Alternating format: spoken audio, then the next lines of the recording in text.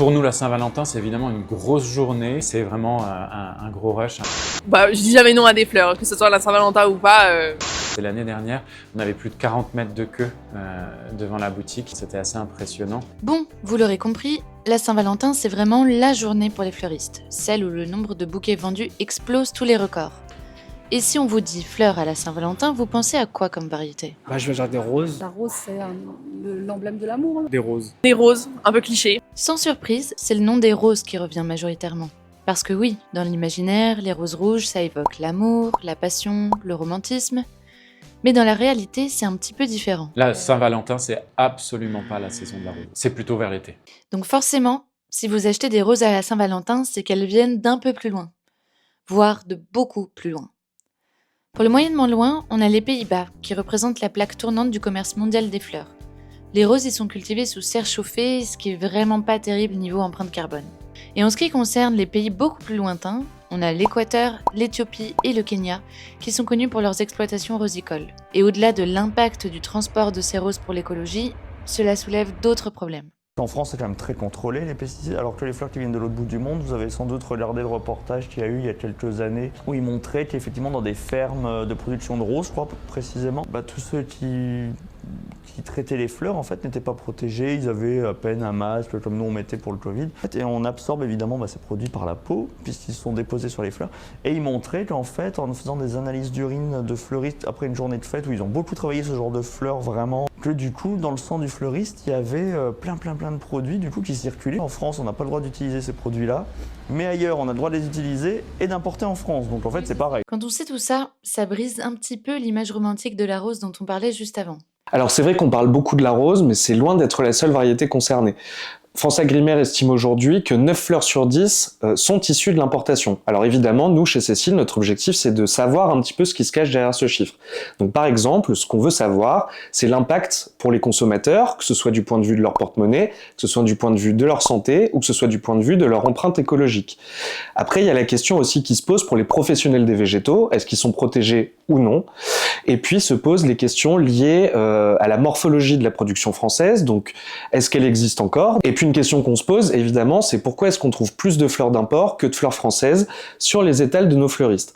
Donc nous, ce qu'on va chercher à savoir, c'est déjà si ces externalités négatives-là sur les fleurs d'import sont avérées, et si elles sont avérées, comment est-ce qu'on fait pour relocaliser l'activité française de manière à ce que ça profite à tous les acteurs? Donc aujourd'hui, c'est évident, on n'a pas toutes les réponses, mais on a beaucoup de pistes de réflexion. Notre but chez Cécile, ça va être justement d'étayer les premières intuitions qu'on a eues et de les fonder sur un raisonnement scientifique, avec pour objectif de faire advenir un modèle de fleurs françaises qui soit à la fois plus juste pour le fleuriste, le producteur et évidemment le consommateur. Il va pas être question ici de s'habiller en blouse blanche et d'utiliser des béchères et des pipettes en laboratoire pour le vérifier, mais on va quand même pas pouvoir le faire tout seul. Aujourd'hui, on est 3 entités à travailler sur cette démarche scientifique. Il y a l'ADEME, Astredor et nous, Cécile, qui sommes à l'origine du projet Floribalis dont je vais vous parler dans cette vidéo. Pour que vous puissiez comprendre un petit peu mieux le projet, il faut peut-être que je vous explique ce qu'est Cécile. Promis, ça prendra pas plus de 30 secondes.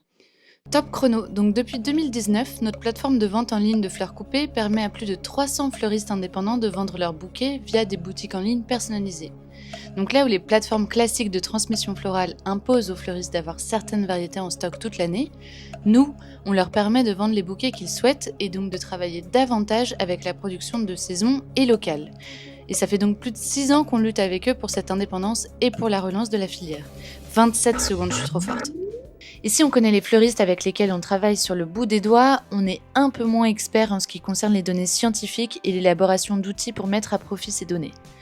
Donc pour nous aider à être le plus précis et pertinent possible, on s'est pour l'instant entouré de 2 partenaires qui sont des experts dans leur sujet, tels que l'ADEME et Astredor. Avec le ministère, on a mené le projet Ecobalise qui permet de calculer le coût environnemental des produits disponibles dans les magasins. Et donc on peut calculer le coût environnemental aujourd'hui d'un t-shirt, d'un pantalon. Le coût environnemental, en fait, il va refléter la quantité d'énergie, d'eau, de pesticides associés à n'importe quel type de produit.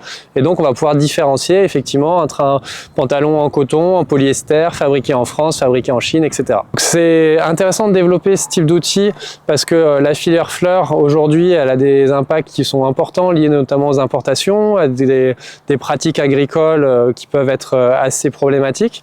Et à contrario, on a des très bons produits qui ont peu d'impact et c'est intéressant de rendre ça visible pour les consommateurs. Donc si on reprend l'exemple de la rose, cet outil nous permettra de comparer précisément le coût environnemental d'une rose produite au Kenya versus une rose produite en France. Et cet outil, c'est le fameux Floribalise, d'où le nom du projet. Ecobalise pour l'outil générique, Floribalise pour les fleurs, vous avez compris le rapprochement. Et pour créer un outil comme celui-ci, il nous faut des experts des données en matière de fleurs coupées. Et c'est donc naturellement que l'on a fait appel à Astre d'Or, l'Institut des professionnels du végétal.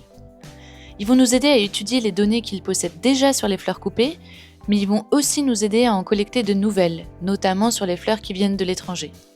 Et puis, ils vont aussi nous aider à interpréter ces données pour pouvoir les utiliser correctement dans notre outil Floribalise. Le projet a officiellement débuté en octobre 2024 et on a 18 mois pour le mener à terme. Et comme on a envie d'être le plus transparent possible dans cette démarche, on a prévu de vous embarquer avec nous dans cette aventure et de vous documenter tout ça. Au-delà de vous montrer les différentes étapes de Floribalise, on va vous emmener rencontrer des producteurs, des fleuristes, des professionnels du secteur pour comprendre encore mieux leurs enjeux et voir comment on peut les aider et comment on peut s'améliorer tout au long de notre démarche. Sans mauvais jeu de mots, même si bon, un peu quand même, ça va pas tout le temps être tout rose et on va probablement pas se faire que des amis. Mais on est super enjoué par ce projet et par l'idée qu'il puisse relancer la production de fleurs françaises. On sait d'avance que le parcours va être passionnant et on est certain qu'il le sera pour vous aussi, que vous soyez des professionnels de la fleur ou non.